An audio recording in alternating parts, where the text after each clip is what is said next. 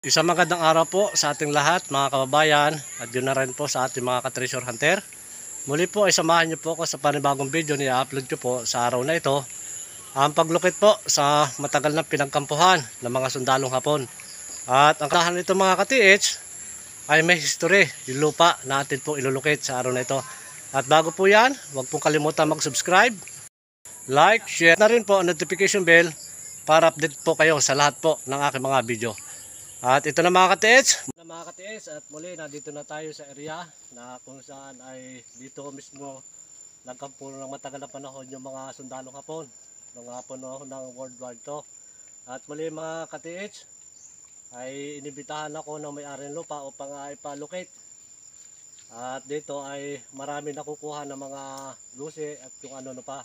At sa pamamagitan nito mga ka-TH, nitong aking long range locator, single antenna, ay muli ko siyang babalahan ng singsing na 21 carats. At dito mga ka-TH ay aking ilalagay, ito walang bala. Yan. At muli ko ilalagay dito para gagamitin natin pambala, panlukit ng ating hinahanap. At yung ano mga ka-TH, yung ating ibabala dito sa ating long range locator, yun ang kanyang hahanapin. Kung gold, gold lang. Kaya ngayon mga ka-TH, gold ang ating hahanapin.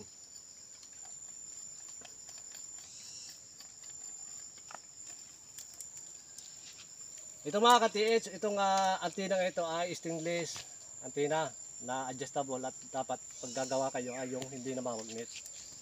Ito mga ka-TH, at katulad pa rin na aking sinabi doon sa unang upload ng video, kapag kayo gagamit ng long range locator at mag-locate kayo sa mga area, ay papahid nyo muna ng kaunti yung dulo ng antenna at iba kasi yung aura ng lupa sa bundok.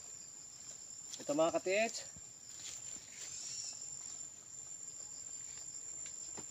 yan, ang purpose ng mga ka-TH ay parang pampabilis ng amoy niya, yung maamoy niya yung aura ng ginto.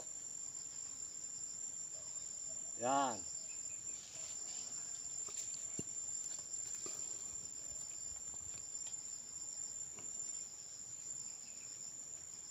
Yan. Doon mga ka-TH itinuturo.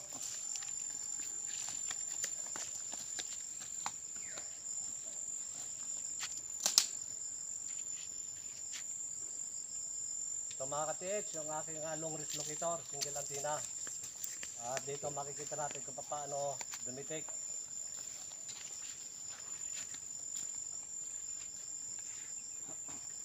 Yan.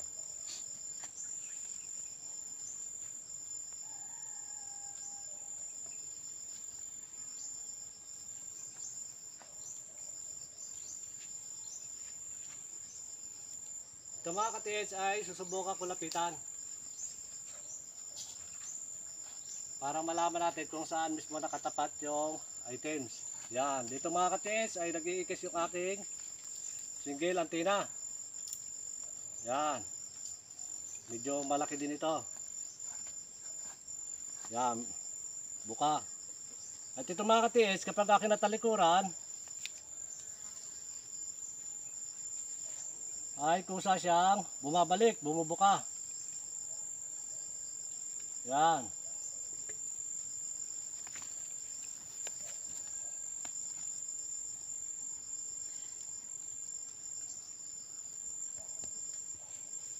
Yan.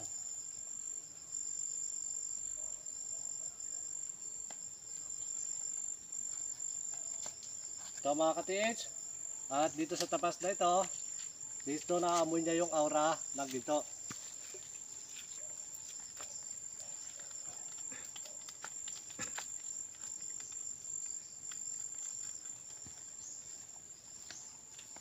At susubukan ko naman mga ka-TH na gamitan ng isang antenna, isang long range locator. Yan. Dito pa rin niya tinuturo. At kapag naman natapat natin mga ka-TH, ito ay kusa ng mag-iikot.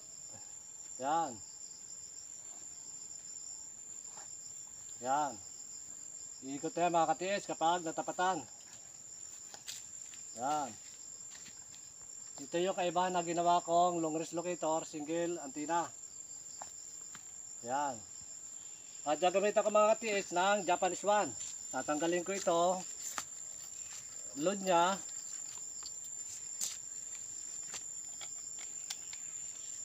At gagamitan ko ng Japanese one para malaman natin kung gaano kalaki. Kung gaano kalaki yung box type niya. Ayun, nalimutan ko.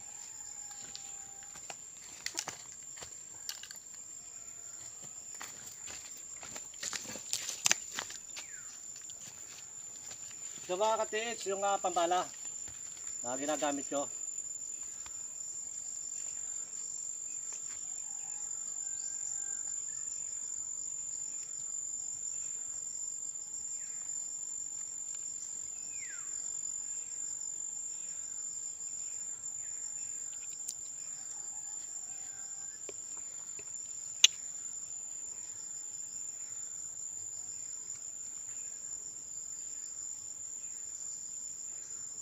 Yan.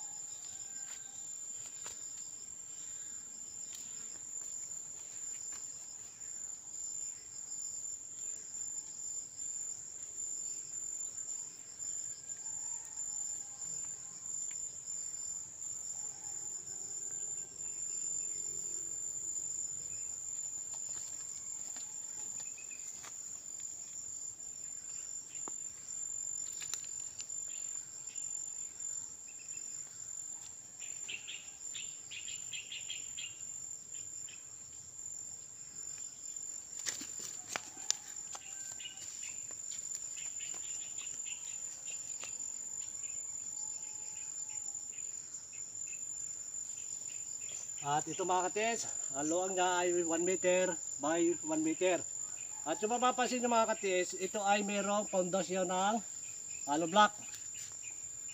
Ito ay ginawa nung unang nakabili dito at meron siya tinakloban ditong malaking bato. Yan. At para hindi makita ng mga iba na nagpupuntahan dito, ay itinago niya yung isang malaking bato dito na bilang marker. Para dito sa items na ito mga katiits. Lukit din natin yung isa na kasamahan nito. Sa pamamagitan din mga katiits, itong aking locator single antenna.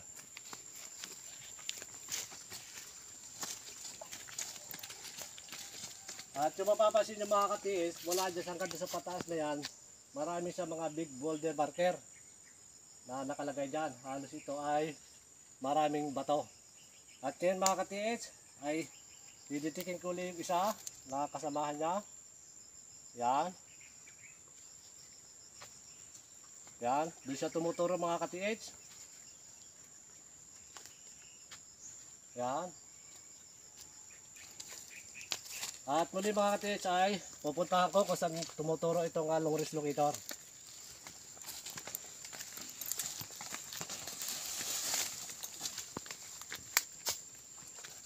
Yan.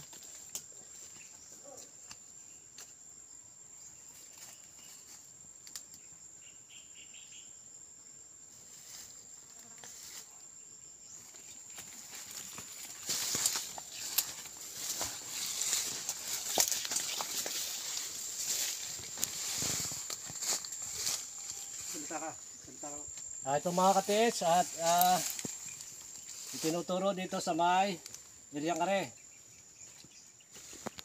Yan.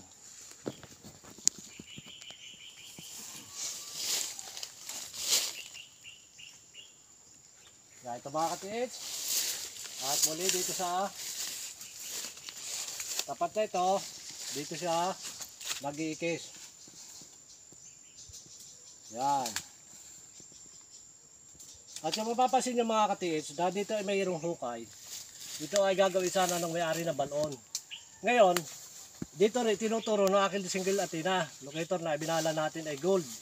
Makikita nyo mga katiits, itong tapyas na batong ito, itong passageway na ito ay dumidirekta doon sa unang idinulocate ko kanina. Yan. Yan mga katiits, Yung may kulay blue yon. Kung mapapansin mo, itong passageway na ito ay diretso doon sa unang inilulukit ko kanina. Yan. Yan.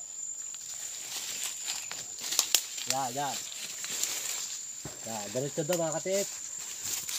Sa unang inilulukit kanina, na ginawa nila ng pundasyon para maitago yung marker, bato na tinabunan nila ng lupa. At ito mga katiit. Yan. Dalawa na yung tinuturo. Yan.